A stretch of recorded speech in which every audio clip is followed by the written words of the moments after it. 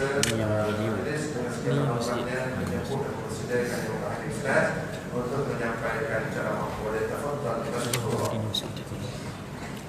Bishrah li sadri wa yassir li amri wahlul 'uqdatam min lisani yafqahu qawli.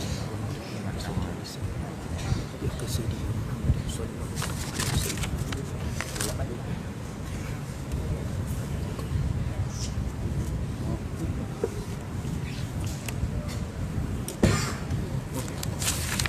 Assalamualaikum warahmatullahi wabarakatuh.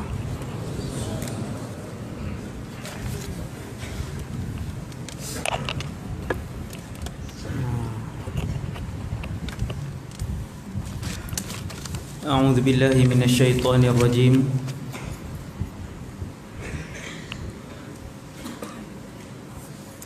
Bismillahirrahmanirrahim.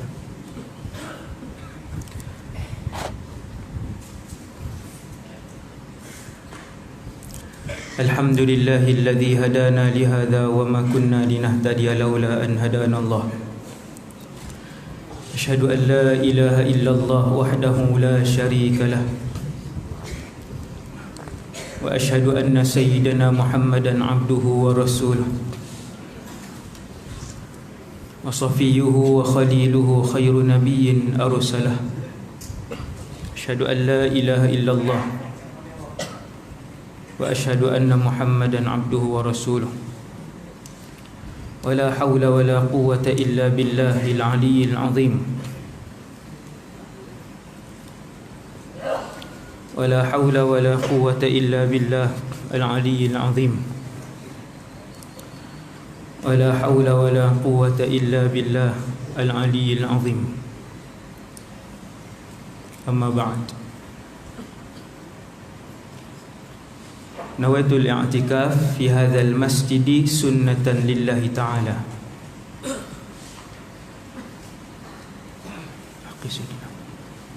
Radina billahi rabba, kami ridha Allah Tuhan kami. Wa bil islami dina, kami ridha Islam cara hidup kami. Wa bi Muhammadin nabiyyan wa rasula, dan kami redha bahawa Muhammad sallallahu alaihi wasallam seorang nabi dan rasul. Terima kasih pada Al-Fadhil Ustaz mengurusi majlis, Tuan Imam, seluruh jawatan kuasa Masjid At-Taqwa, muslimin dan muslimat umat Nabi Muhammad sallallahu alaihi wasallam.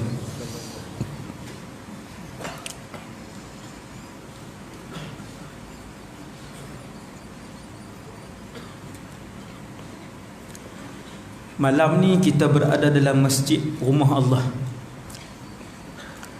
dan kita masih lagi berada di bumi, di dunia, tempat singgah dan tempat lalu.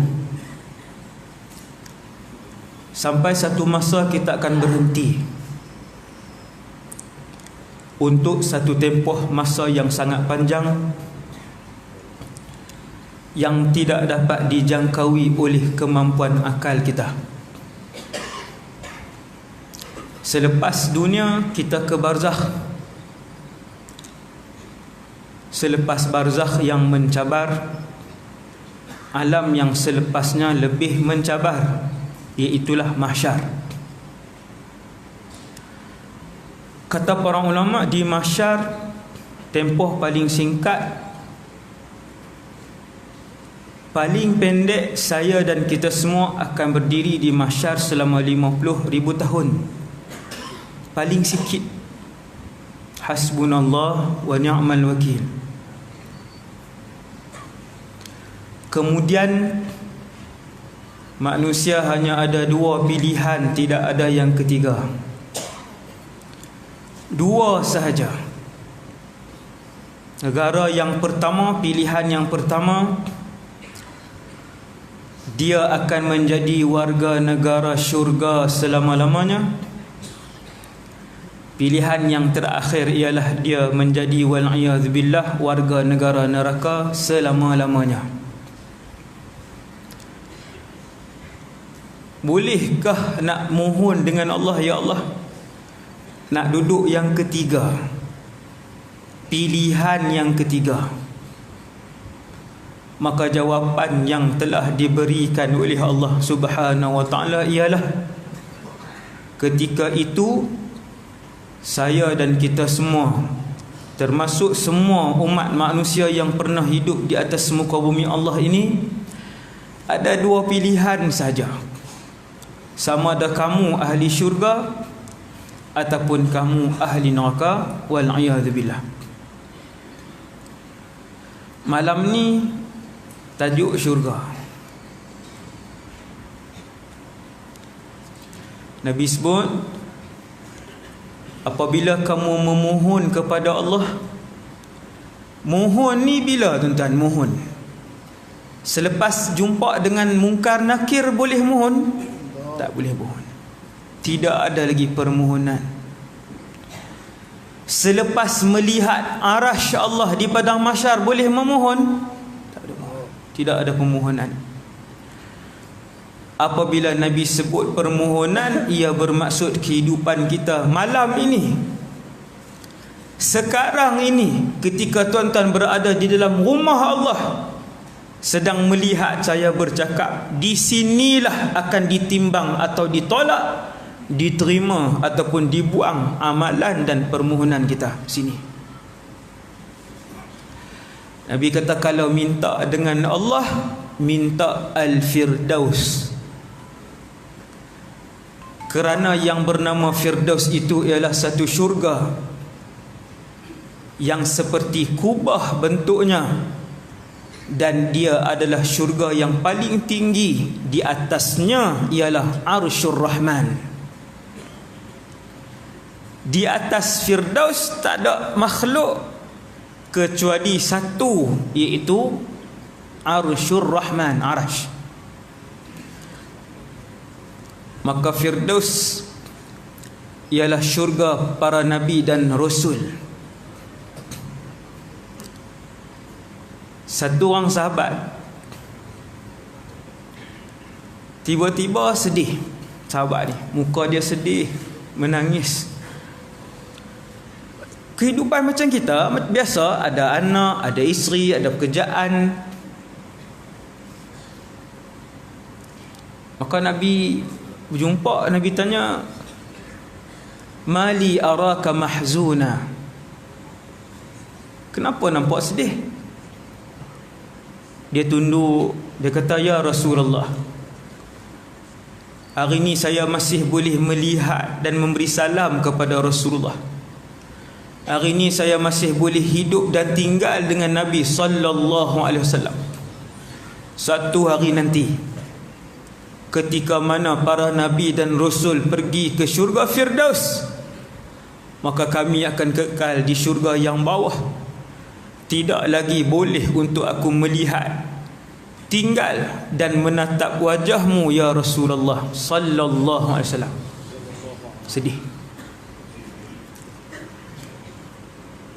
Sedih sahabat sehingga diketahui Rasulullah. Gusar dan risau sahabat. Termenung sahabat, mengalirkan air mata, sebab fikir satu hari nanti tak boleh dah duduk dengan Nabi. Sebab syurga, kalau beza satu tingkat, kita duduk tingkat 80, kawan kita duduk tingkat 81. Nabi sebut, ketika kamu berada di satu tingkat, melihat tingkatan syurga yang di atas kamu, seolah-olah kamu berada di bumi dan kamu sedang melihat satu gugusan bintang yang jauh di ufuk timur sana. Satu tingkat. Seolah-olahnya kamu berada di atas muka bumi dan kamu melihat kumpulan gugusan bintang yang jauh di ufuk timur ataupun barat, kata Nabi. Itu tingkat dua. Itu tingkat yang seterusnya. Maka sahabat kata, ya Rasulullah, kalau kami ada di bawah, dah tak boleh duduk dengan Nabi. Nabi diam, tak jawab. Nabi pun balik, dan kemudian datang Jibril alaihi salatu wassalam. Jibril pun datang, lalu Jibril pun turunkan satu ayat Quran kerana meraihkan perasaan sahabat yang sedih ni.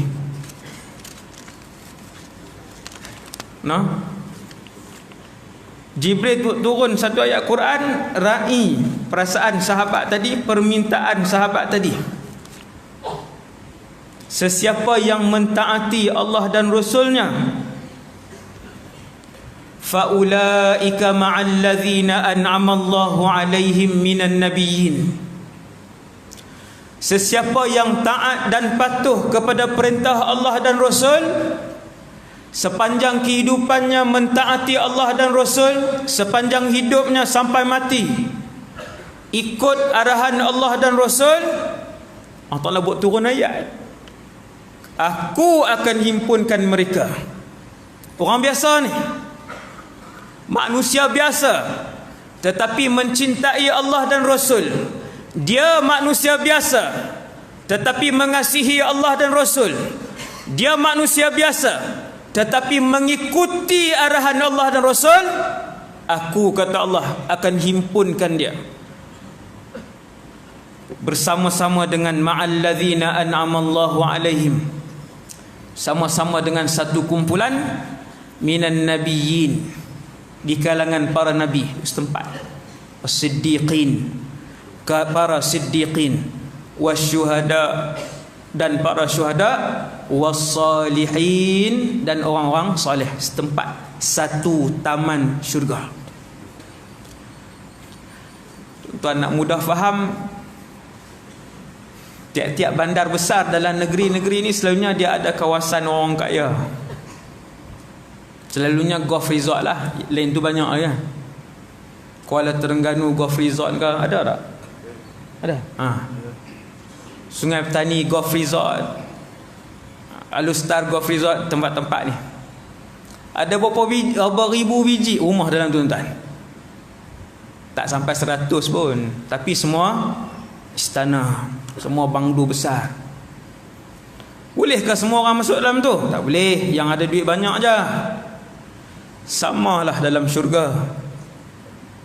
Samalah dalam syurga. Yang paling banyak diredai oleh Allah, yang paling banyak membawa bekal ibadah, yang paling banyak ikhlas kerana Allah, mereka ni boleh masuk dalam satu perumahan raja-raja yang VVIP, iaitu namanya Jannatul Firdaus, syurga Firdaus. Di padang mahsyar semua orang ditimbang, termasuk Nabi dan Rasul. Rasul ulul azmi ditimbang ke Ustaz? Ya. Dipanggil Rasul ulul azmi seorang demi seorang. Bahkan Nabi sebut ulul azmi pertama yang akan dipanggil di mahsyar namanya Nuh alaihissalam.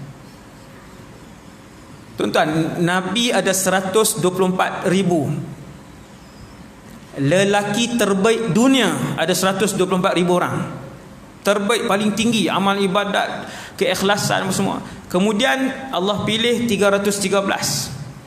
Kesemuanya Rasul 313. 313 Allah pilih 25, letak nama mereka dalam Quran. Tuan-tuan buka Quran, tuan-tuan akan jumpa 25 orang Rasul. Yang ni yang paling hebat. Daripada 25 ini ada 5 rukun para Rasul, iaitu ulul azmi. Ranking kelima Nuh alaihissalam.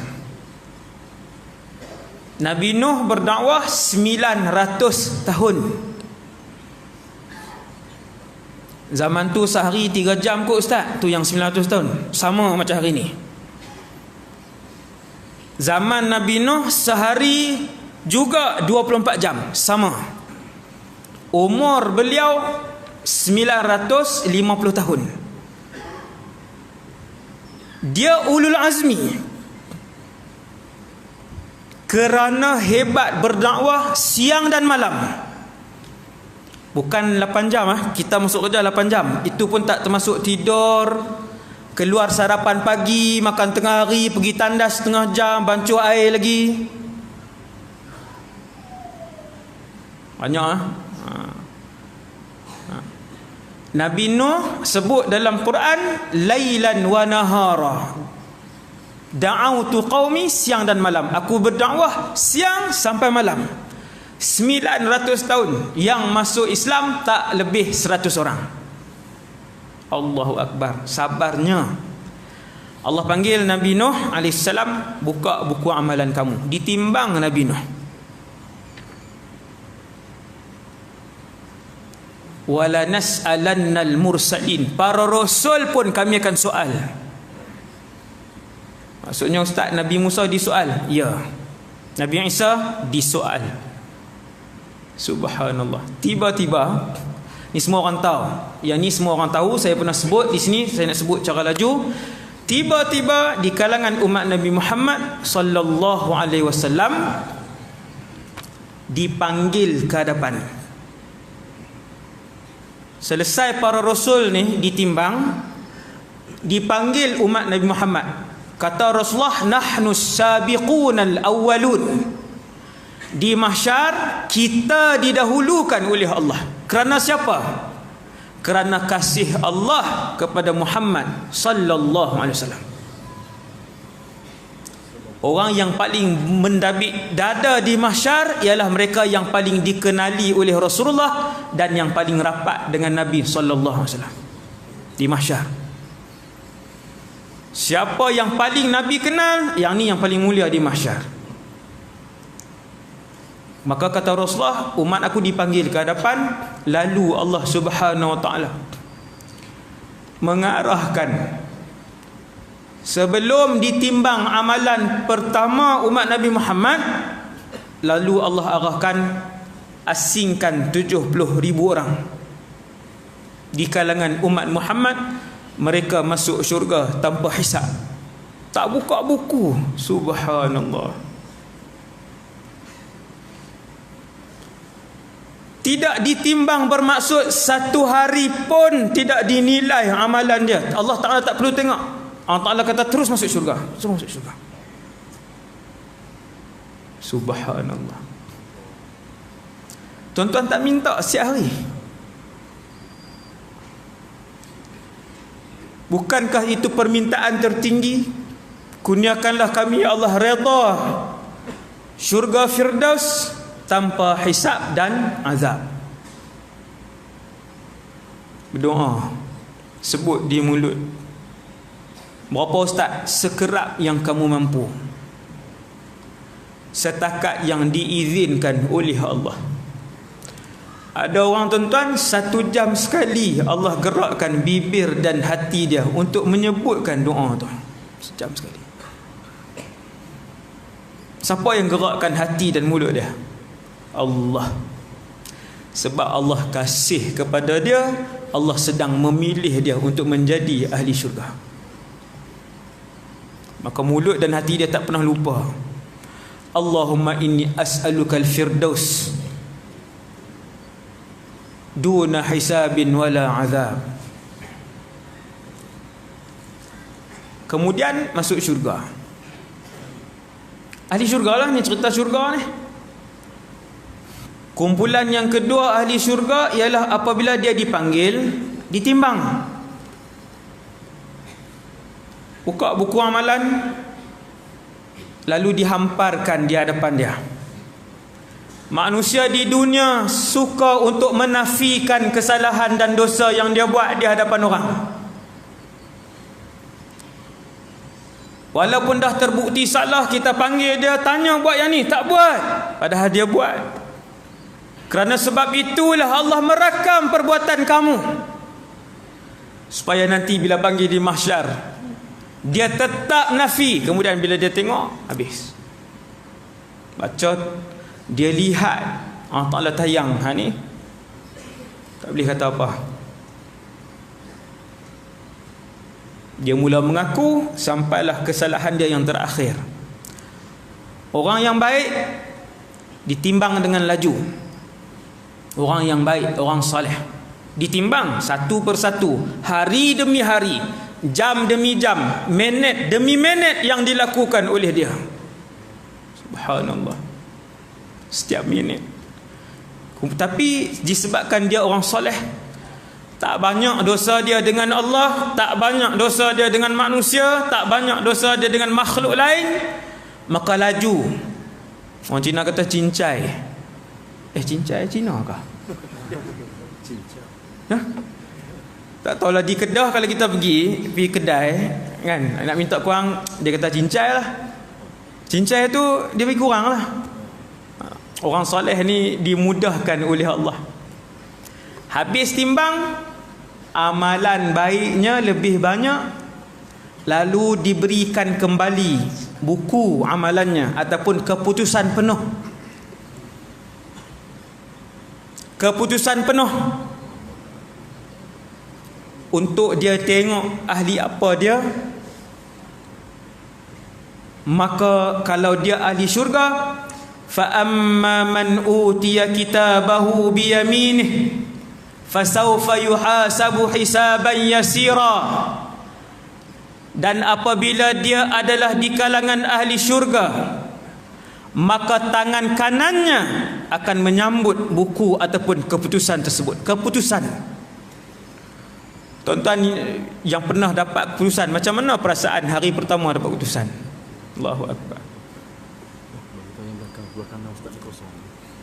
Di sebelah kanan saya kosong. Sini. Boleh mari sini. Duduk di luar dah tu. Mari sini. Bismillah.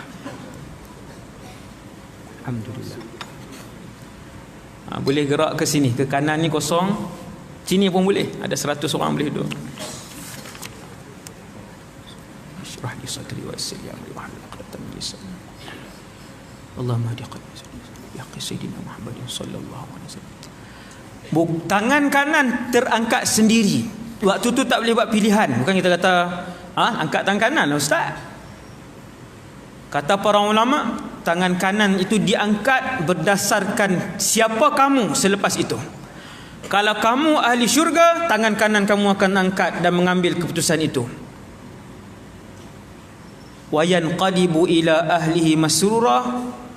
Kata Allah di dalam Al-Quran, dia pun berlari mendapatkan ahli keluarganya. Analogi mudah, metafora mudah. Tuan-tuan, analogi mudah. Kita kumpul duit nak pergi umrah dengan satu keluarga.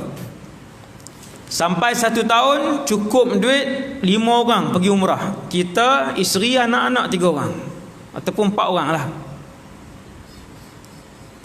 4 orang. Bila pergi umrah dengan anak-anak ni, nak duduk sekali.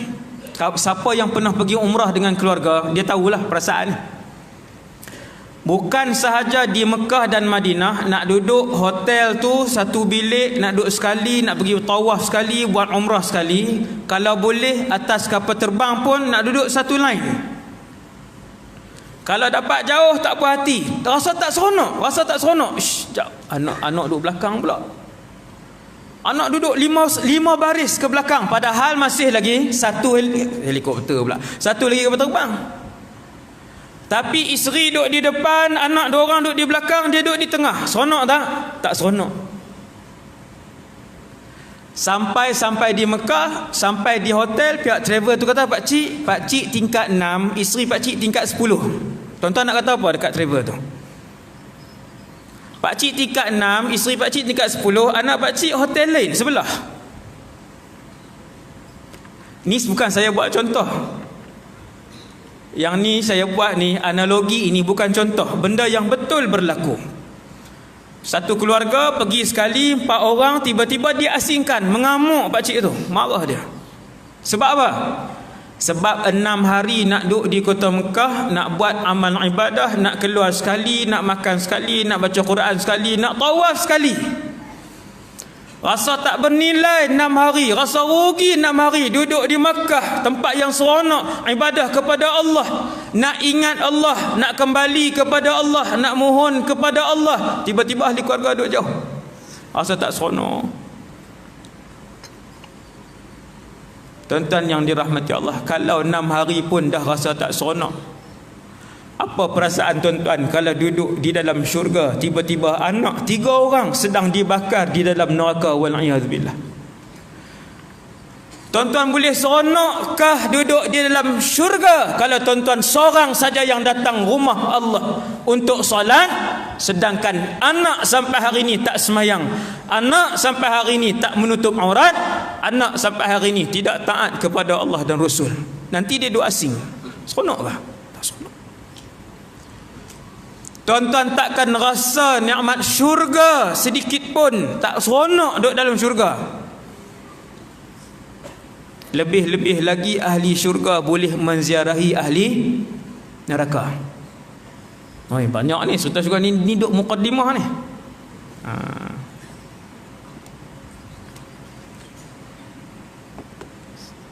Saya sekejap ya, saya risau. Subhanallah. Ahli syurga boleh menziarahi ahli neraka. Tuan-tuan, orang pertama yang kita ingat bila kita masuk syurga siapa, tuan? Siapa? Kita malam ni dalam masjid ni, dalam masjid ni ayah ke, atuk ke, anak ke, ibu ke, kakak ke, adik ke. Bila kita masuk dalam syurga, manusia pertama, kedua dan ketiga yang terus kita fikir siapa? Kita fikirkan ayah dan ibu kita. Yang kedua, isteri dan anak-anak kita, ahli keluarga kita. Mencari-cari kita di dalam syurga, yang tu yang akan berlaku. Memang itu yang akan berlaku. Memang itu yang akan berlaku. Kerana kehidupan syurga adalah seperti mana perasaan dan kehidupan tuan-tuan malam ni. Dari segi apa? Bukan semua segi. Dari segi kalau tuan-tuan minum, air tu boleh mengalir masuk di sini dan tuan-tuan rasa kesedapan air tu. Macam tu, sama. Dari segi tuan-tuan melihat pada malam ni, melihat dalam syurga juga tuan-tuan akan melihat dan bernafas. Sama.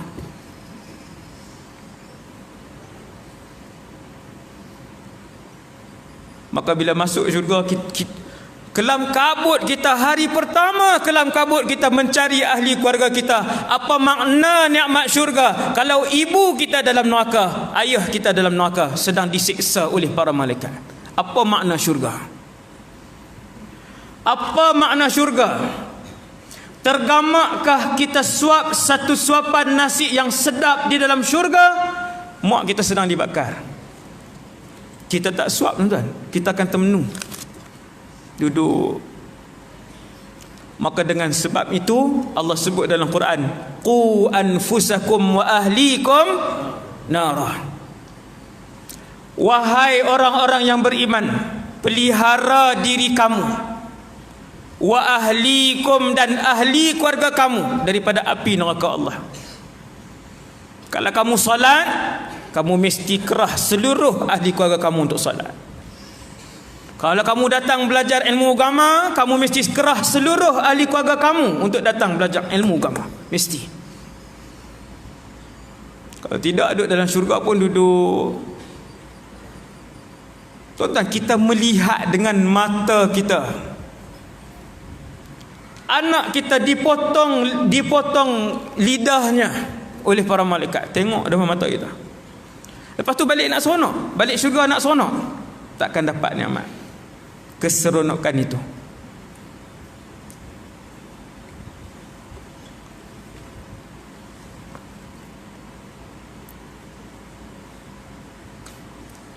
Habis ditimbang semua amalan anak Adam di atas padang mahsyar.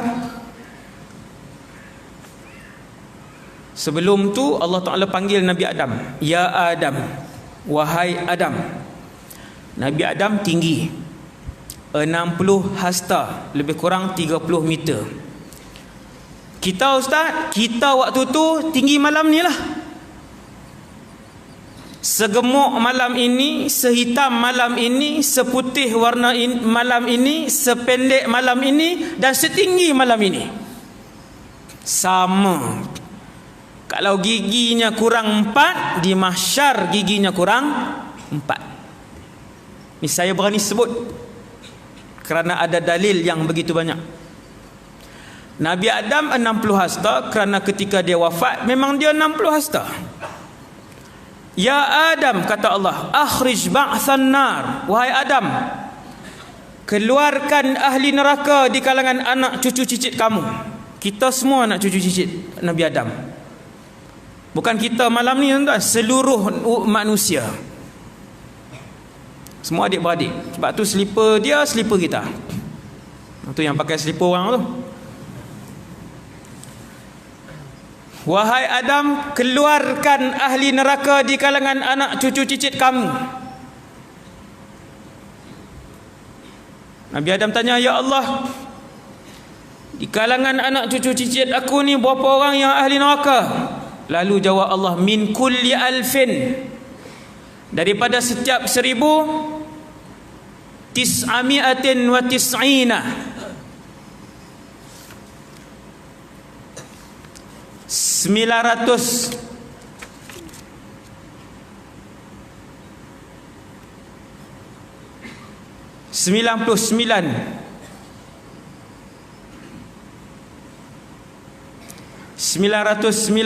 orang ahli neraka, dan hanya 10 sahaja ahli syurga, ataupun seorang saja ahli syurga daripada 1000 orang. 1000 seorang saja di syurga. Subhanallah. Ni malam ni kalau ni berapa? 1000 lebih. Tuan-tuan, malam ni 1000 seorang Selamatkah? Sahabat Nabi pun bertanya, ya Rasulullah, fa ayyuna dzalikal wahid? Siapa di kalangan kami yang akan dipilih oleh Allah untuk seorang itu, ya Rasulullah? Ni 1000 ni malam ni, seorang Tenang lagi kita.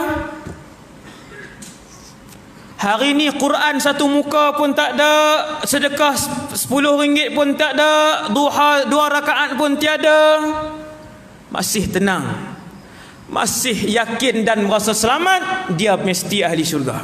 Nabi 1000 seorang. Tenang kita, subhanallah. Sahabat pun risau. Setelah diasingkan, ditimbang, habis timbang, tuan yang dirahmati Allah, Allah Subhanahu wa taala mendatangkan satu makhluk. Nama makhluk itu, ni habis timbang. Setelah selesai ditimbang, seluruh manusia dan jin, ingat bukan manusia sahaja, seluruh manusia dan jin. Berapa banyak tuan-tuan? Kalau hari ni kita manusia saja pun 8 bilion, 7 bilion, tak ingat dah saya. 7 bilion lebih kurang manusia. Jin 7 bilion kalau berdiri di hadapan mizan, tempat timbang, berdiri di hadapan mizan 60 tahun ya. Darah tak payah 60 tahun. 7 bilion hari ni berdiri di depan mizan setahun untuk timbang setahun. Hasbunallah wa ni'mal wakil. 7 bilion berdiri di hadapan mizan kerana dipanggil seorang demi seorang, bukan timbang 1000 tuan-tuan. Seorang-seorang. Darat tuan-tuan, darat setahun cukup, tak payah 60 tahun, darat setahun. Berapa lama tuan-tuan kena berdiri? Habis kepada yang paling akhir, Allah memanggil seorang makhluk. Dia bukan jin, dia bukan manusia, dia bukan malaikah, dia bukan binatang, dan dia bukan syaitan. Makhluk itu bernama kematian.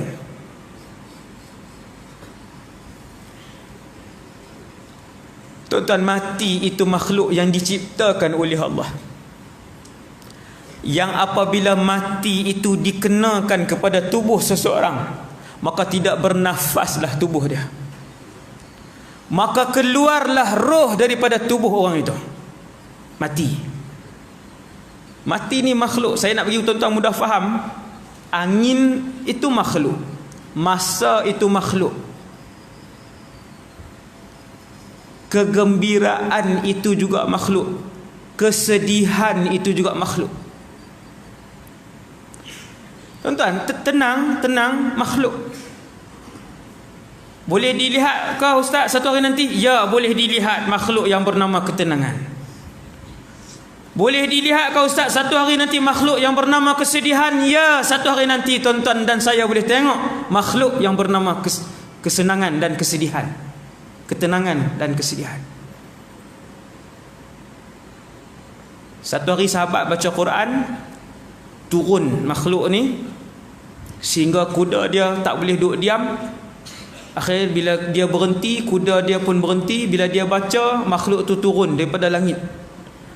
Dan kuda dia bertindak liar sampai hampir memudaratkan dia. Lalu dia pun berhenti dan pergi jumpa dengan Nabi. Sahabat ni Usaid bin Hudayr nama dia, radhiyallahu anhu. Bila dia tanya dengan Nabi, ya Rasulullah, sekian makhluk apakah itu? Nabi sebut tilkas sakinah, itulah makhluk yang bernama ketenangan. Seandainya kamu terus membaca surah itu, nescaya seluruh penduduk Madinah akan melihat makhluk itu. Dia makhluk. Kematian juga makhluk. Allah panggil kematian di mahsyar, bersaksikan seluruh makhluk yang berada di mahsyar, lalu dibunuh kematian. Dengan sebab itu semua orang yang masuk syurga kekal selama-lamanya, dan semua orang yang dibakar, dipotong di dalam api neraka, mereka juga kekal selama-lamanya, tidak mati-mati lagi.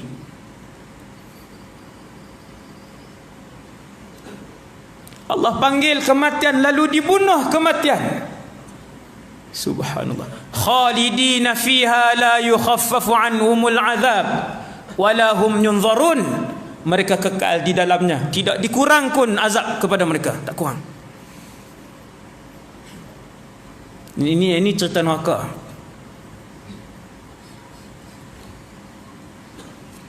Apabila dibunuh makhluk yang bernama kematian, maka berdirilah seorang malaikat memanggil, ya ahlal jannah, wahai penduduk syurga, khulud, kekallah kalian selama-lamanya.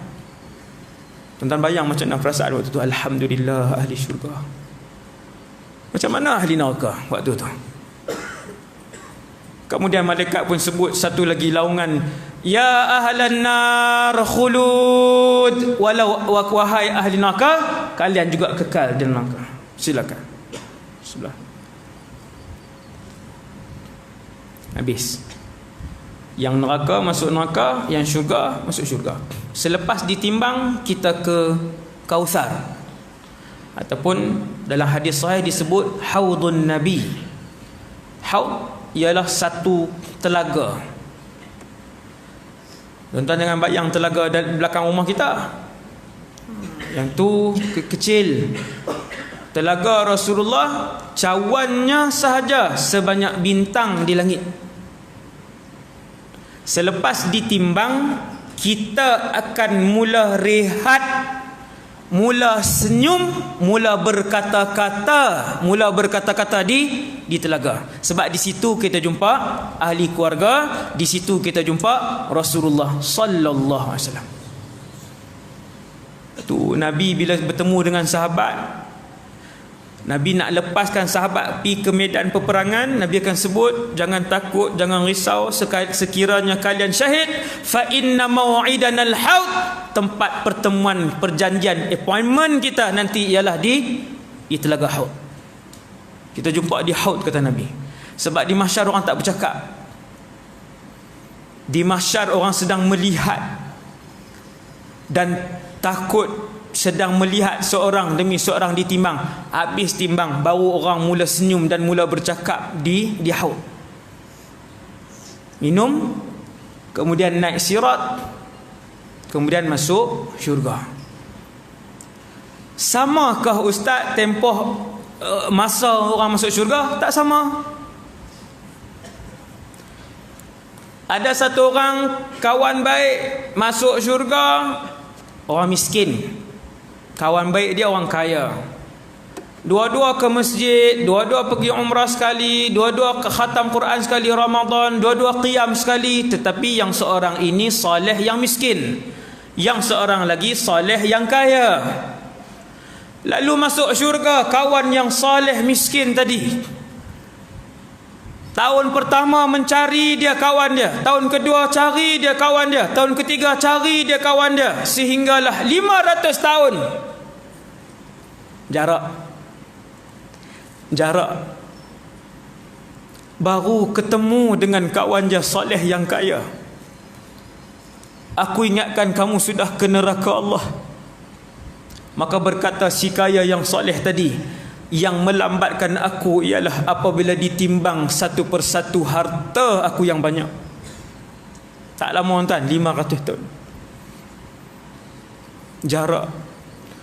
Sebab tu tuan-tuan, yang masuk syurga ni tak sama. Ada orang masuk 1983, ada orang masuk tahun 2043. Contoh nak pergi faham. Ada orang masuk tahun 30, tahun 3080. Berbeza. Banyak ustaz orang miskin, ya, qumtu ala babil jannah. Aku pernah berdiri di hadapan pintu syurga. Yang ni Allah tunjuk kepada Rasulullah mukjizat. Fa idza ammatu man yadkhuluha al masakin. Aku mendapati majoriti penduduk syurga adalah di kalangan orang-orang miskin. Majoriti. Hati-hati orang kaya. Kuota kalian sedikit. Oh, kata macam dia ahli syurga. Bukan. Saya pun risau. Kita semua risau. Orang kaya kena lebih risau. Sebab Nabi sebut berulang kali dalam hadis yang sahih. Berulang kali. Ada 2 hadis.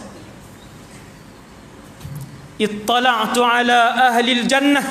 Aku melihat. Yang hadis pertama tadi Nabi sebut aku berdiri depan pintu syurga. Allah tunjuk orang yang masuk. Nabi kata majoriti adalah orang masakin, orang miskin.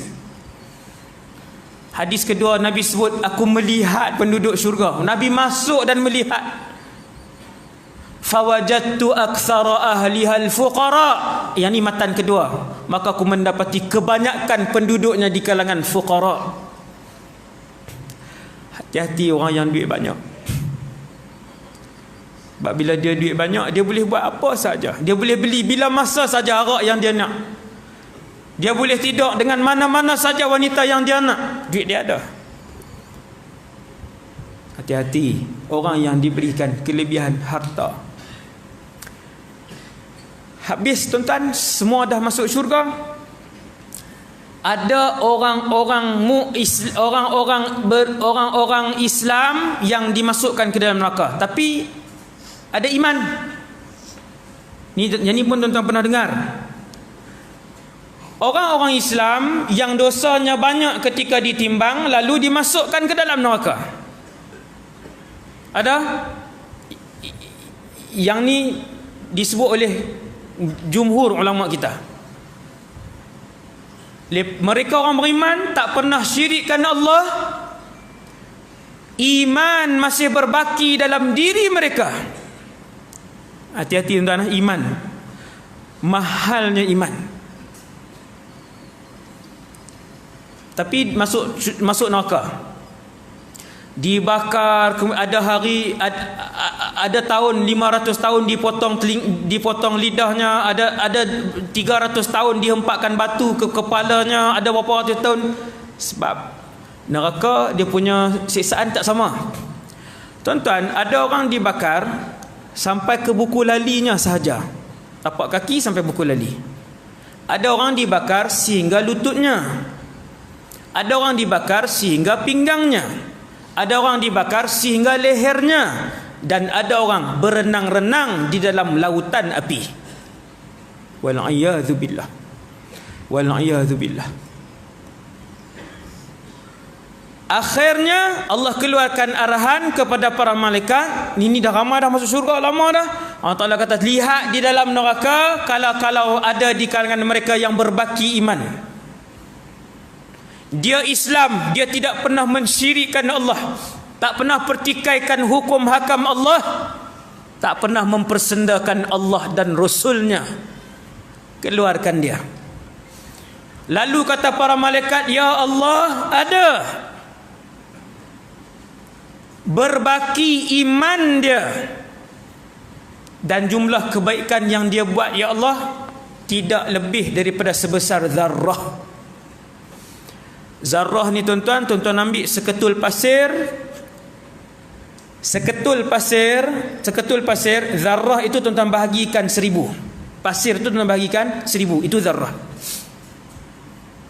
Zarrah ialah yang tak boleh dilihat dengan mata kasar. Atom atau proton. Itu zarrah yang tak boleh dilihat dengan mata kasar. Seketul pasir tu tuan-tuan pecahkan 1000. Itu zarrah. Ya Allah, ada yang berbaki di dalam neraka-Mu. Mereka-mereka yang berbaki iman kepadamu, yang berbaki la ilaha illallah, tetapi kebaikan dia tak lebih daripada sebesar zarrah. Allah Ta'ala kata, akhrijuh, keluarkan mereka. Subhanallah, keluarkan mereka. Tuan-tuan pun kata, selamat Ustaz, boleh juga masuk syurga. Dia lah ingat 3 hari ke duduk dalam tu. Tuan-tuan ingat ada yang duduk 3 hari.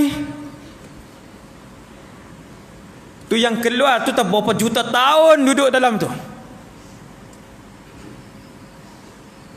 Sehinggalah manusia terakhir keluar daripada neraka Allah. Terakhir. Ini saya juga pernah sebut di sini. Pernah ke tak? Pernah. Manusia terakhir. Subhanallah. Tuan-tuan, di dalam hadis sahih yang lebih daripada 5 bilangan hadis itu, dia punya turuk dia, sanad dia, periwayatan dia, berkali-kali Nabi ceritakan kepada para sahabat, lelaki terakhir yang keluar daripada neraka, dia keluar, memanjat keluar. Kadangkala api neraka masih menyambar-nyambar lelaki itu. Tasfa'uhun naru marrah. Nabi sebutlah hadis tu. Kenapa saya sebut kataan panjat? Sebab neraka itu rupa fizikalnya ialah dia bergaung. Neraka dia dalam bergaung. Kedalamannya ialah kalau malaikat baling batu daripada atas, selepas ribuan tahun batu itu akan sampai ke landasan di bawah, lantai di bawah. Kalau macam tu gelap lah Ustaz. Memang gelap. Tu cerita neraka tuan. Tu another 2 hours. Tu 2 jam lain pula.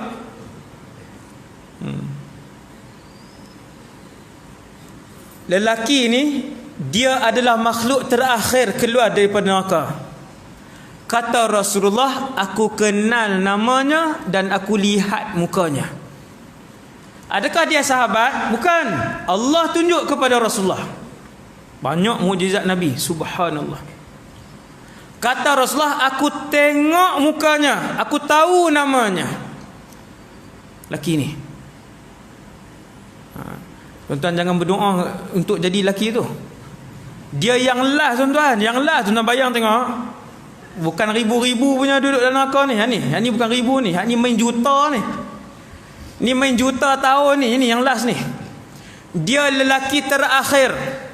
Kadang-kala api neraka menyambar-nyambar, lalu mengelak dia. Alhamdulillahilladzi najjani minki, dia kata. Ini hadis Nabi. Itu saya sebut sebutan Rasulullah ayat tadi. Nabi ceritakan. Lagi tu kata, alhamdulillah Allah selamatkan aku daripada kamu. Waktu api tu duduk sambar dia lagi. Lalu dia pun keluar. Naik sirat. Sirat tetap kena naik. Sirat tetap kena lintas. Semua orang termasuk Rasulullah sallallahu alaihi wasallam melintas sirat. Dia pun naik sirat. Kata Rasulullah, yamshi marrah wa yahbu marrah. Kadang berjalan, kadang merangkak, kadang meniarap dia bawah. Akhirnya sampai. Bukan masuk syurga. Depan pintu syurga. Jauh lagi. Luas. Syurga luas lah. Pintunya di sana. Bila sampai, melepasi neraka Jahannam, sebab sirat dibentangkan oleh Allah di atas neraka Jahannam. Titian sirat yang panjang dia berapa puluh ribu kilometer tu, wallahu a'lam, titian sirat yang panjangnya berapa puluh ribu, berapa ratus ribu kilometer. Sebab apa saya berani sebut berapa ratus ribu kilometer? Sebab ada hadis, ketika seseorang sedang berjalan di atas titian sirat, dia bau wangi-wangian daripada syurga. Dia ingat dekat, kata Rasulullah, wangi-wangian itu dihidu 500 tahun sebelum sampai. Macam dongeng ya, dongeng tak dongeng, sila mati dulu. Dongeng tak dongeng, tengok wajah malaikat maut dulu hari pertama kematian, baru dapat tahu dongeng tak dongeng. 500 tahun sebelum sampai, bau wangi. Padahal lelaki terakhir ni, lelaki terakhir ini adalah manusia termiskin di dalam syurga Allah. Kedudukan dia paling last sekali. Kita kata kalau hari ni rumah PPRT lah, rumah yang hak 2 bilik tu, wala manusia dunia lah, manusia dunia susah. Gaji 300 bulan, rumah yang 2 bilik satu ruang tamu tu kecil je, gaji 300 setengah, paling susah. Ni lelaki ni tu kalau nisbah dunia. Bila dia sampai, dia tengok bukan dalam syurga, luar pintu syurga, luar sebuah pohon yang begitu rendang. Dia nampak ada sungai di bawah pohon tu. Apabila lelaki ni sampai di situ, Allah Subhanahu wa taala menyambut lelaki itu.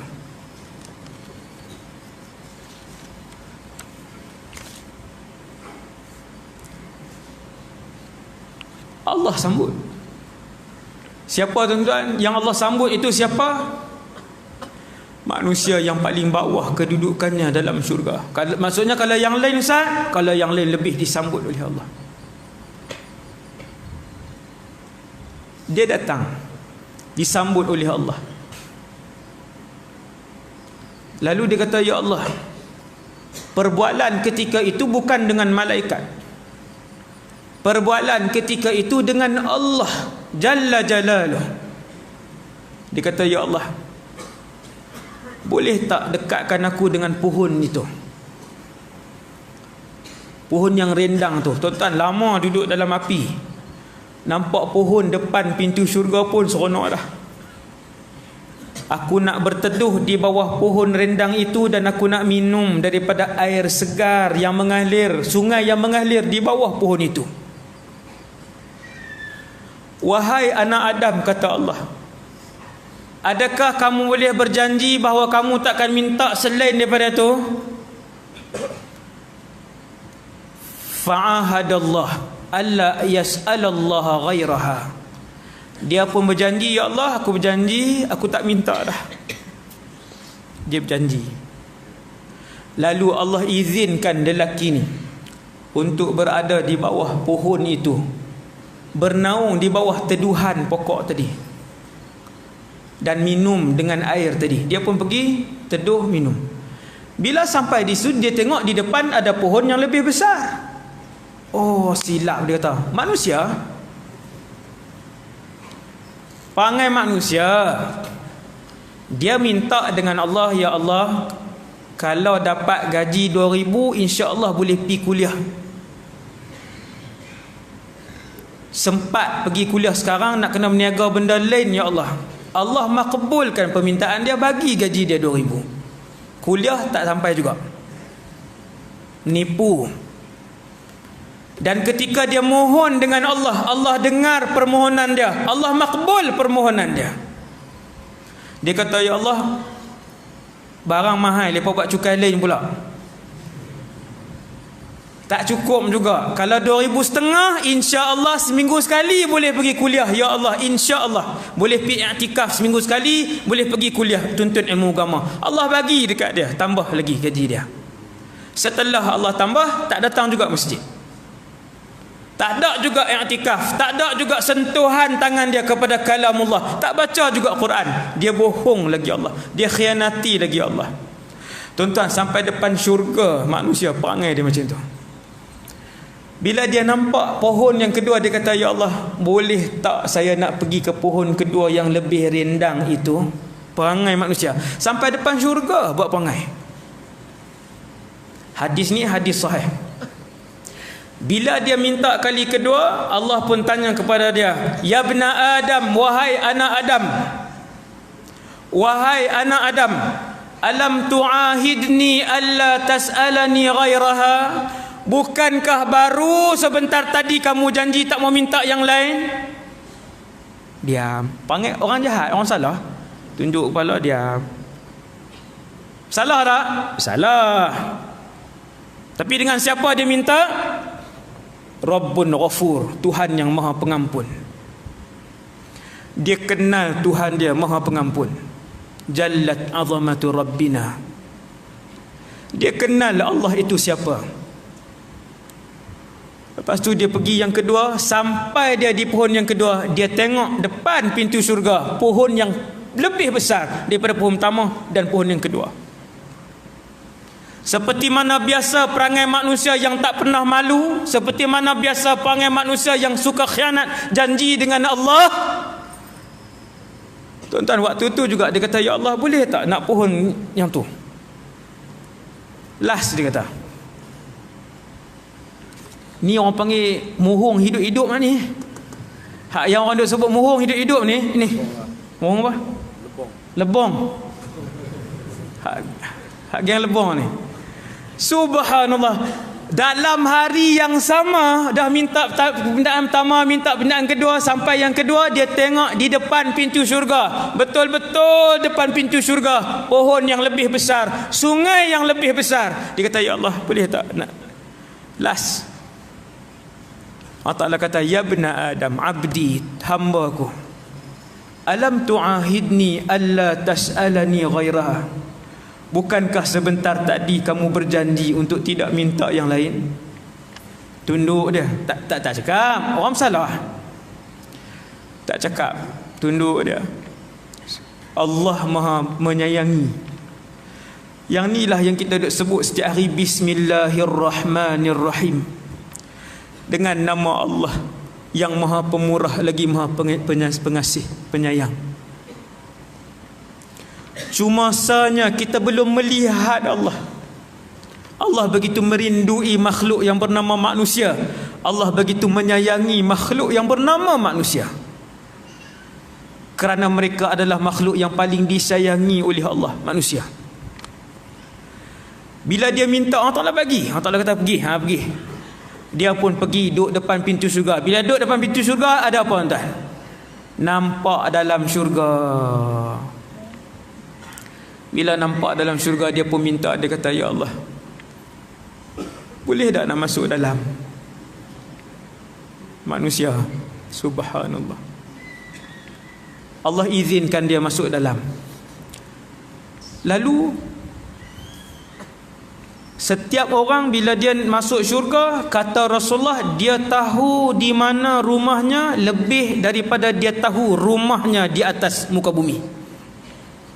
Syurga kan luas, istana kan banyak. Dalam syurga semua istana, tak ada rumah 2 tingkat. Dia tak ada rumah 2 tingkat 3 bilik.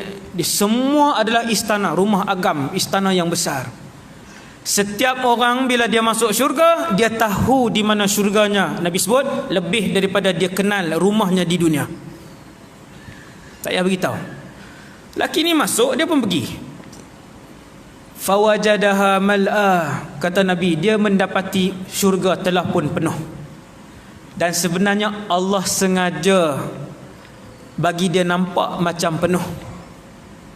Tuan-tuan, maksudnya apa tuan? Allah sedang bergurau dengan lelaki ini. Fayukhayyalu ilaihi annaha mal'ah. Tu saya baca teks dia tu, hadis sahih.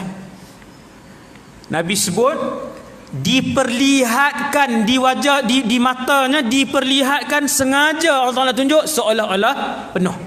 Dia pun keluar, dia kata, ya Allah, penuh. Lalu orang Ta'ala kata masih banyak, masuk. Dia pun masuk kali kedua, dia tengok rumah ni, istana ni ada orang. Dia pun keluar.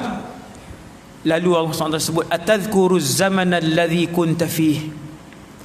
Bila dia keluar kali yang ketiga, Allah Ta'ala tanya dengan dia, adakah kamu ingat dulu waktu kemewahan kamu hidup di dunia dulu? Ingat tak dulu macam mana manusia mewah? Cuba kamu ingat dan bayangkan kehidupan termewah ketika kamu hidup dulu siapa? Dia pun bayang. Allah pun sebut kepada lelaki yang paling bawah kedudukannya dalam syurga ni, kata Allah, aku berikan kepada kamu sekali ganda dengan keadaan muka bumi aku. Satu bumi Allah Ta'ala bagi, satu bumi. Aku berikan kepada kamu 2 kali ganda kekayaan bumi. Aku berikan kepada kamu 3 kali ganda kekayaan bumi. Aku berikan kepada kamu 4 kali ganda kekayaan bumi.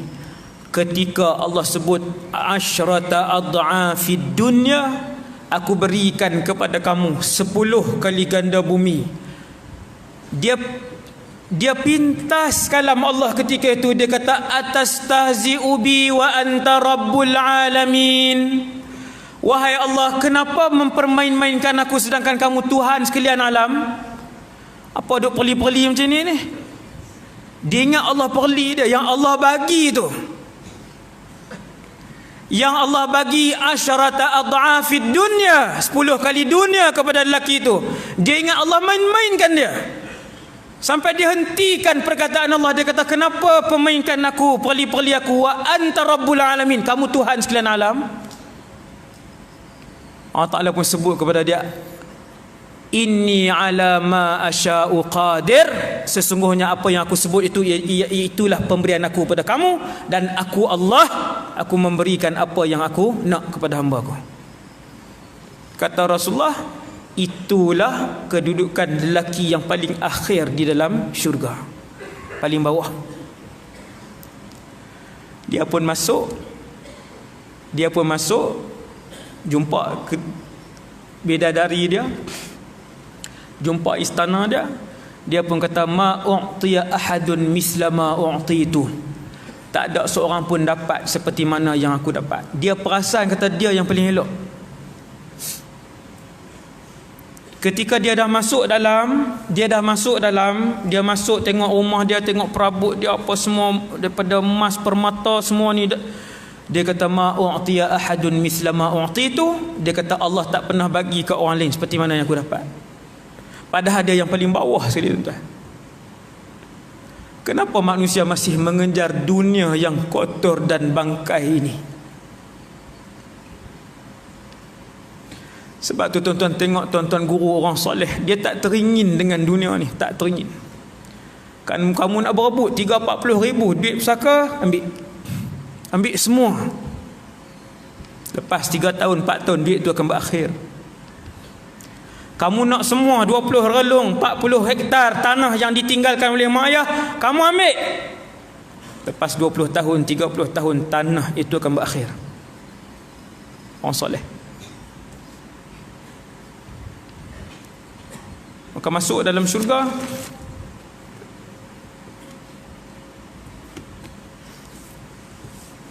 Semua orang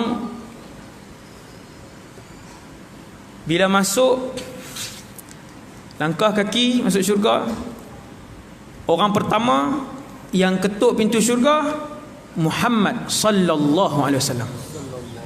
Bila Nabi pegang tombol pintu syurga tu, daripada permata merah, kalau tak silap saya, hadis yang saya ingat, tombol tu permata merah, lalu diketuk pintu syurga.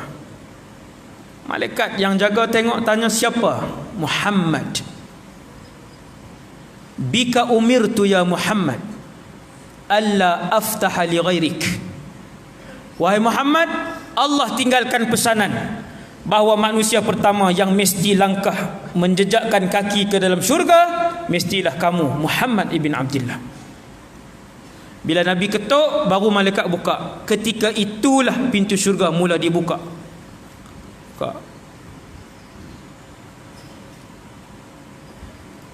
Ada syurga Ma'wa, ada syurga Darussalam, ada syurga Naim. Adakah setiap orang masuk syurga yang sama? Tidak. Setiap orang masuk ke tingkatan-tingkatan dan syurga-syurga yang berbeza. Ada syurga nama syurga Aden. Allah Ta'ala cipta syurga Aden.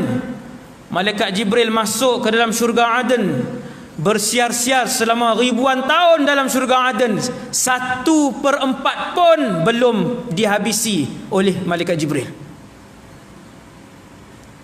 Terbang dia Aden. Ketika Allah cipta syurga Aden, Allah Ta'ala kata antiqi, bercakaplah kamu wahai syurga Aden. Adnan orang panggil, orang Melayu panggil. Dia pun bercakap perkataan yang pertama, qad aflahal mu'minun. Berjayalah orang-orang yang beriman. Siapa? Yang apabila salat mereka khusyuk dalam salat mereka. Khusyuk. Ciri ahli syurga. Pintunya banyak. Ada pintu salat, ada pintu sedekah, ada pintu puasa, ada pintu jihad, ada pintu taubat, ada pintu rahmat. Ada orang Allah bagi kepada dia buah hati dia salat. Dia suka salat, Qurannya kurang, sedekahnya kurang, bersedekah tapi kurang. Dia sangat suka salat. Tuan-tuan, dia masuk melalui pintu salat. Bila orang-orang yang masuk pintu solat ni habis, pintu itu akan ditutup dan tidak akan dibuka buat selama-lamanya.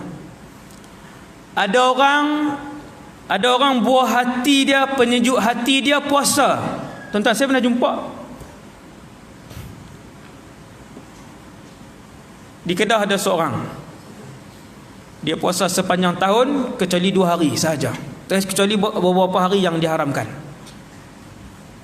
Seperti raya puasa, raya haji, sepanjang tahun. Puasa jangan larang. Dia jangan siapa pun larang dia.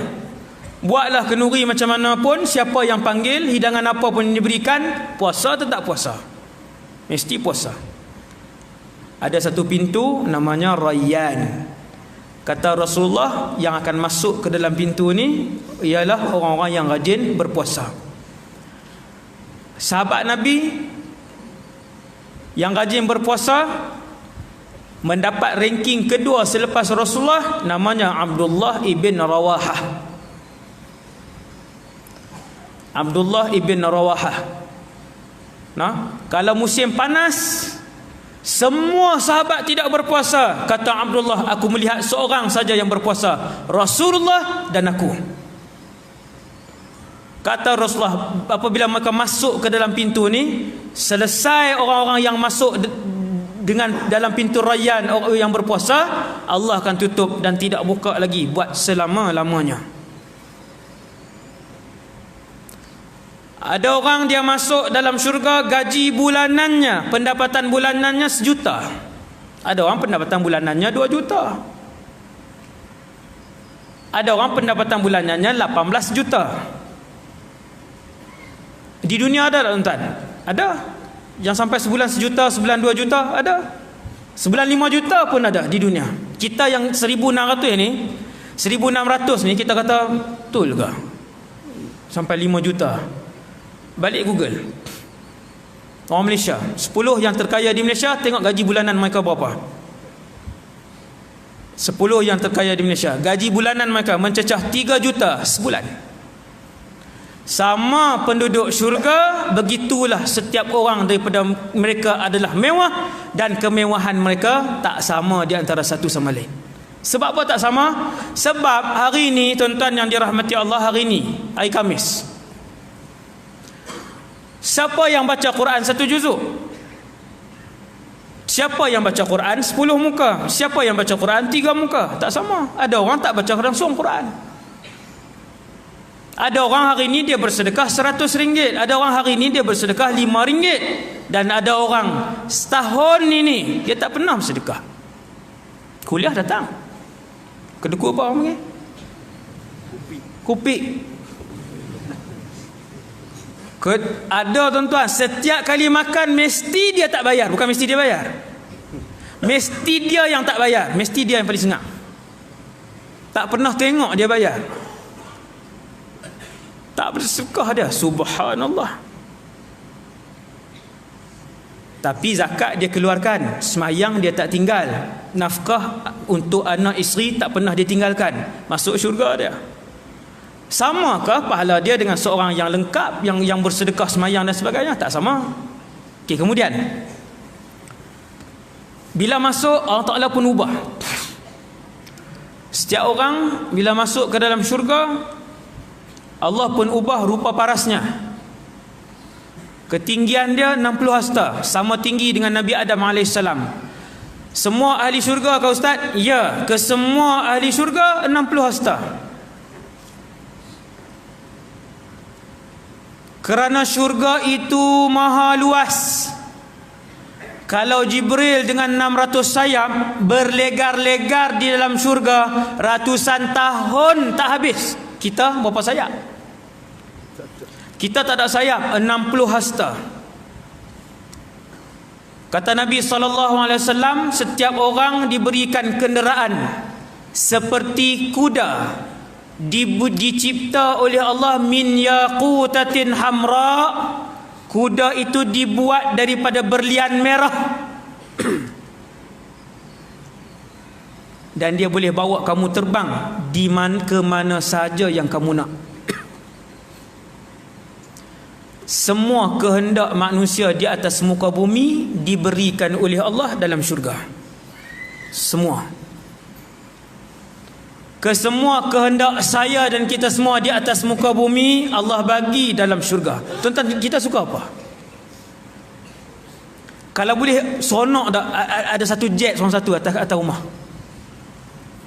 Cemuih dah ustaz nak kereta dengan minyak, dengan tol, dengan jam, jalan berlubang. Kalau ada yang boleh terbang lah ustaz, kan, helikopter tak apa dah ustaz, seorang satu. Allah berikan kenderaan kamu di dalam syurga, kesemuanya terbang. Kerana terbang itu laju, kerana terbang itu indah. Indah tak tuan-tuan tengok di atas? Indah. Subhanallah. Apa Allah bagi dalam syurga? Makan. Semua penduduk syurga adalah raja dan sultan. Semua. Kesemua penduduk syurga adalah raja dan sultan, setiap orang. Innar rajula min ahlil jannah, tiap-tiap lelaki di dalam syurga diberikan oleh Allah kekuatan 100 orang lelaki. 100. Kali ya. Semua pakat kali dah tu. 100 kekuatan apa ustaz? 100 kekuatan lelaki di dalam makannya, di dalam minumnya, di dalam syahwatnya dan di dalam jimaknya. Hadis sahih. Orang lelaki paling suka apa? Paling suka nombor 1, jimak. Tak boleh tipu. Umur 60 pun jangan semawa, jangan pelawar kat dia. Kahwin. Dia buat senyum tunduk.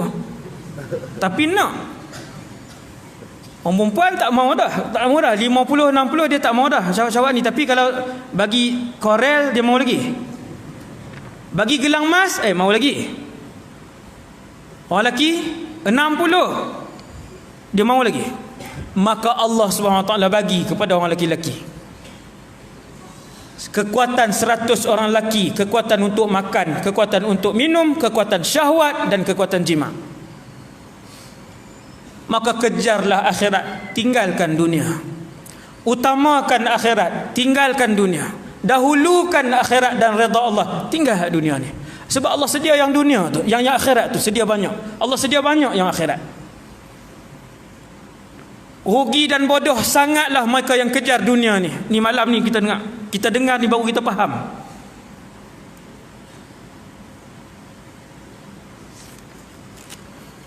Setiap yang nak masuk dalam syurga, dia bawa pas. Dia ada pas, kad dia, kad. Mesti kena bawa kad tu untuk masuk dalam syurga. Di atas kad itu ditulis dalam hadis yang diriwayatkan oleh Imam Tabarani. Ini tuan-tuan, Di atas kad itu ditulis dengan ayat Bismillahirrahmanirrahim, dengan nama Allah yang Maha Pemurah lagi Maha Penyayang. Hadza kitabun minallah, ini adalah pas rasmi dari Allah. Li fulan ibni fulan, untuk fulan bin fulan. Nama yang mana tuan? Nama yang tuan malam ni. Allahu akbar. Malaikat akan serahkan setiap orang ahli syurga, dia ada pas dia. Tempat tu tempat hebat. Bukan semua orang boleh masuk syurga ni. Dia kan ada pas rasmi. Pas masuk itu ditulis dengan nama Allah Maha Pemurah lagi Maha Penyayang. Ini adalah pas masuk daripada Allah untuk fulan bin fulan. Adkhiluhu jannatan 'aliyah. Atas kad tu tulis, masukkan dia ke dalam syurga yang tinggi. Sebab syurga ni dia tinggi. Lagi hebat orang itu, redha dia dengan Allah, Allah redha dengan dia, lagi tinggi kedudukan dia.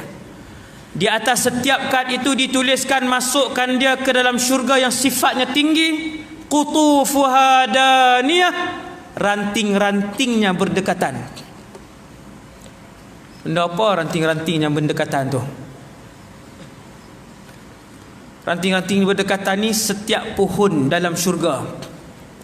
Buah-buahan di dalam syurga yang banyak, boleh dia ambil buah-buahan itu walaupun berada di atas katil-katil mereka. Tidur baring atas katil, nampak buah, maka dia teringin. Lalu dihulurkan tangannya, lalu turun ranting tu mendekati tangannya, sehingga buah itu berada di dalam tangannya. Qutufuha daniyah ialah ayat yang Allah ceritakan di dalam Quran untuk bakal ahli syurga mengetahui begitulah mewahnya kehidupan syurga. Wa fakihatin katsirah, buah-buahan yang begitu banyak. La maqtu'atin wala mamnu'ah. Jarang kita bahas tajuk ni. Keadaan yang ni baru buah syurga tuan. Buah-buahan itu tidak pernah ada musim. Kita dunia ada musim, banyak buah ada musim. Dalam syurga la maqtu'ah bermaksud tidak ada musim, wala mamnu'ah. Kamu berjalanlah di mana pun di atas bumi syurga, mana-mana buah yang kamu nampak boleh makan.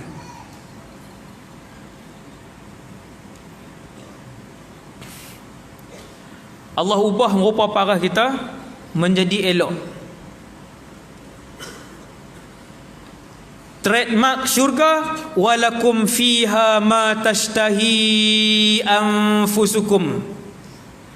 Siapa-siapa saja bila melangkah kaki kanan dan kiri masuk syurga, mintalah apa sahaja, beranganlah apa sahaja, idamkanlah apa sahaja dan bagaimana sahaja yang kamu nak. Minta, Allah akan sedia.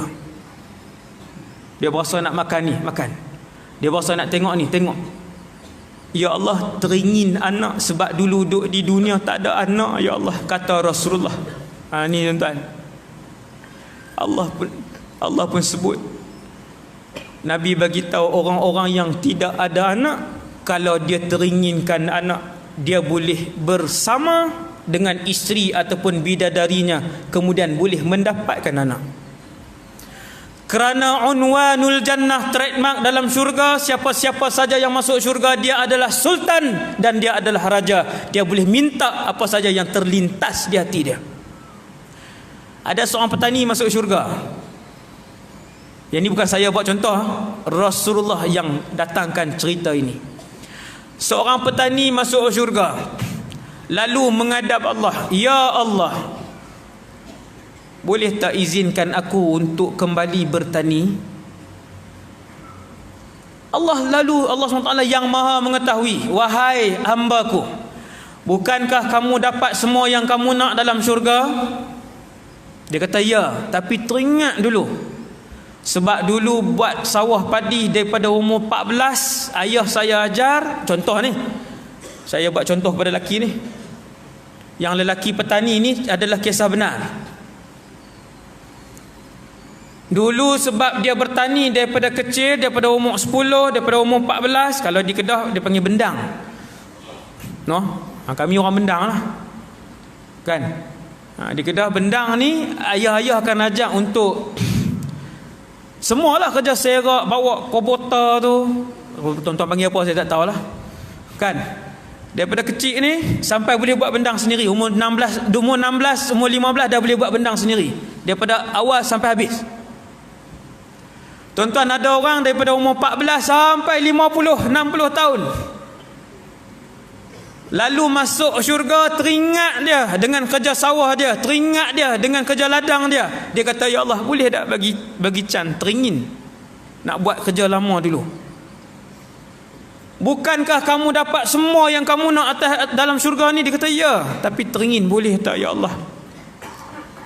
Maka sifat dalam syurga kita boleh dapat apa saja yang kita nak. Allah izinkan, pergi. Lalu dia pun cari tanah yang kosong, kawasan yang kosong, bajak dia tanah apa semua. Lalu dia pun baling benih. Bila dia baling benih, masuk benih, tak dan dia balik, benih pun besar. Tak sempat balik tuan, pun tak habis juga. Letak membesar benih tu. Dah syurga, buat macam mana? Tuan-tuan yang dirahmati Allah, macam mana yang tuan-tuan tengok kehidupan dunia, ada makan, ada minum, ada membeli belah, ada berjalan-jalan, ada bermewah, ada jima, ada duduk dengan keluarga, ada seronok, ada bersembang. Begitulah kehidupan di dalam syurga. Akan tetapi di dalam syurga, kesemua orang sihat selama-lamanya, kesemua orang kaya selama-lamanya, kesemua orang mulia selama-lamanya, kesemua orang raja selama-lamanya. Itu beza dia. Boleh ziarah di antara satu sama lain. Kita duduk satu hari dengan kawan-kawan kita, kita pun sebut, Haji Ahmad mana Haji Ahmad? Lama dah ni kita duduk dalam syurga ni, dah lama dah tak nampak Haji Ahmad. Kawan nak 3-4 orang ni kata, Haji Ahmad duduk dalam neraka. Contoh, tuan-tuan, keempat-empat ni sedih, 4 kawan ni. Bukankah dulu Haji Ahmad sekali dengan kita di masjid? Bukankah dulu Haji Ahmad yang sediakan makan untuk orang buka puasa sepanjang Ramadan berbelas-belas tahun? Bukankah dulu kita dengan dia yang khatam Quran? Lalu 4 orang ni sedih. Ini cerita, ini yang Nabi sebut. Bila sedih, mereka pun minta dengan Allah, ya Allah, izinkan kami keluarkan kawan kami, kerana dulu dia bersama-sama dengan kami mentaatimu, ya Allah. Tapi dia ada satu dosa yang dia buat orang tak tahu, yang membuatkan dia terjerumus ke dalam neraka Allah wal-a'yadzubillah. Ada tak tuan-tuan? Ada. Yang lain dia okey, bukan dia hipokrit, bukan dia munafik, dia betul-betul beribadah kepada Allah. Ada tuan-tuan. Tapi dia ada satu dosa, dia tak boleh tinggal. Dia tak boleh tinggal dosa tu. Kelemahan iman dia, di situ bocor iman dia, lalu dia masuk neraka. Maka kawan-kawan dia kata, ya Allah, kegembiraan kami tidak sempurna, sebab kawan kami ni dulu berjuang dengan kami, ya Allah, berpuluh tahun mengimarahkan rumahmu, ya Allah. Izinkan kami bagi syafaat. Allah Ta'ala kata, aku izinkan. Lalu kawan-kawan yang 3-4 orang ni pergi ke neraka, sebab ahli syurga boleh ziarah ahli neraka. Sampai di neraka, mereka pun tengok, beritahu kepada malaikat, Allah telah mengizinkan kami untuk mengeluarkan Fulan bin Fulan dengan syafaat kami. Lalu malaikat pun cari Ahmad bin Ismail tadi, jumpa dia sedang disiksa. Lalu dikeluarkan dia. Bila dia diangkat, keseluruhan penduduk neraka lain tengok. Lalu kesemuanya bising, kenapa dia dikeluarkan? Siapa syafaatkan dia? Ayah dia Rasul? Tidak. Ayah dia Siddiqin? Tidak. Anaknya syuhada? Tidak. Abangnya penghafal Quran? Tidak. Tetapi yang mengeluarkan dia ialah kawan-kawan dia yang saleh. Waktu tu penduduk neraka sebut, fama lana min syafi'in wala sadiqin hamim. Rugi kita. Penduduk neraka lain bila tengok keluar tu, dia kata rugi kita. Kita tak ada yang membantu dan kita tidak ada kawan-kawan yang soleh. Tuan-tuan, banyakkan kawan-kawan yang soleh.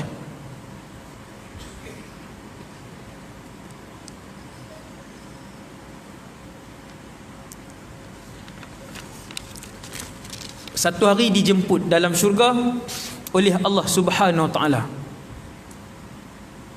Kita hidup macam biasa, tuan-tuan, ada yang syurga khuld, ada yang syurga naim, ada yang syurga ma'wa. Yang bawah tak boleh ziarah yang atas. Ini rugi. Rugi. Subhanallah. Yang di atas boleh ziarah yang syurga bawah. Sebab tu sahabat yang tadi saya cerita, sahabat yang sedih tadi, dia sebut kepada Rasulullah, ya Rasulullah, kalau aku berada di syurga bawah tak boleh tengok dah kamu. Tuan-tuan, yang atas boleh ziarah yang bawah. Maka dengan sebab itu penduduk syurga juga tetap akan menyesal. Apa sesalan mereka? Kalaulah dulu aku tambah ibadah aku membaca Quran, nescaya aku akan duduk tingkat atas. Kalaulah dulu tabung Jumaat yang aku selalu tiap-tiap minggu masukkan 5, aku masukkan 10, aku akan berada di tingkat atas. Yang masukkan 10 kata apa? Kalaulah dulu tabung Jumaat yang aku masukkan 10, aku masukkan 20, aku akan berada di tingkat yang lebih atas. Setiap yang tingkat itu menyesal sebab tak tambah amal ibadah. Menyesal tak tambah amal ibadah, rugi. Tapi dah mewah dah. Dapat jemputan. Semua penduduk syurga berhimpun. Macam ni, tuan-tuan bayangkan penduduk syurga berapa bilion wallahu alam berhimpun di satu tempat yang tak pernah mereka pergi.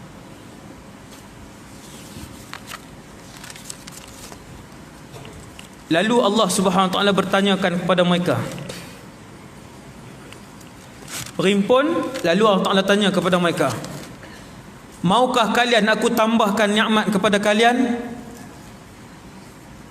Penduduk syurga bertanya, ya Allah, bukankah kami telah diberikan pelbagai nikmat? Kami muda selama-lamanya, kami sihat selama-lamanya, kami tenang selama-lamanya, kami kaya selama-lamanya. Kami sudah berasa cukup dengan semua nikmat itu. Lalu kata Allah, ada dua lagi nikmat yang belum kalian rasakan. Yang pertama kata Allah, aku redha kepada kalian selama-lamanya. Dan yang kedua, fayukshaful hijab, dibuka hijab. Lalu penduduk syurga melihat Allah Subhanahu Wa Taala. Tengok Allah. Apabila penduduk syurga melihat Allah, Nabi waktu duduk dengan sahabat satu malam, bulan mengambang, Nabi tengok bulan mengambang, Nabi sebut kat sahabat, kamu nampak tak bulan ni? Sahabat kata nampak. Ada nampak samar-samar kan nampak sebiji bulan yang terang? Sahabat sebut sebiji bulan yang terang. Nabi kata begitulah kalian akan melihat Tuhan kalian. Dari segi apa? Dari segi nampak. Bukan nampak dengan mata, tapi nampak jelas. Saya pun tak tahu nak cerita macam mana. Tapi Rasulullah nak bagi tahu, kata kalian akan melihat Allah. Tengok dengan jelas. Maka duduk dalam syurga, Allah Ta'ala pun panggil semua. Ketika itu dibuka hijab, ke semua kita melihat Allah, insya-Allah. Bila tengok Allah, ke semua sujud kepada Allah, ke semua tunduk jatuh sujud kepada Allah. Tak boleh tahan dah, semua sujud. Lalu Allah SWT arahkan untuk diangkat. Kenapa? Kerana tidak dibenarkan untuk beribadah di dalam syurga. Ya Allah, tuan-tuan, tak dibenarkan lagi berzakat dalam syurga, tak dibenarkan lagi haji dalam syurga, tiada lagi umrah dalam syurga, tak ada lagi salat dalam syurga. Ibadat tak ada. Syurga tempat untuk bermewah dan bersenang lenang. Pergi jalan tempat luas. Duit kamu banyak, kamu sihat. Sekarang ni kadang sihat umur apa? Duit banyak umur 62. Memang dalam tabung haji ada 34,000, umur 62. Berjalan pergi masjid pun ketar-ketar dah lutut. Ni duk urut lutut dah jalan. Baru 5 minit. Tak boleh jalan dah. Maka Allah tahu apa kehendak kamu. Allah bagi sihat selama-lamanya, Allah bagi kaya selama-lamanya. Pergi berjalan, pergi bermewah. Nak duduk dengan anak ke, nak duduk dengan siapa, silakan. Dan yang terakhir sekali, tuan-tuan yang dirahmati Allah sekalian,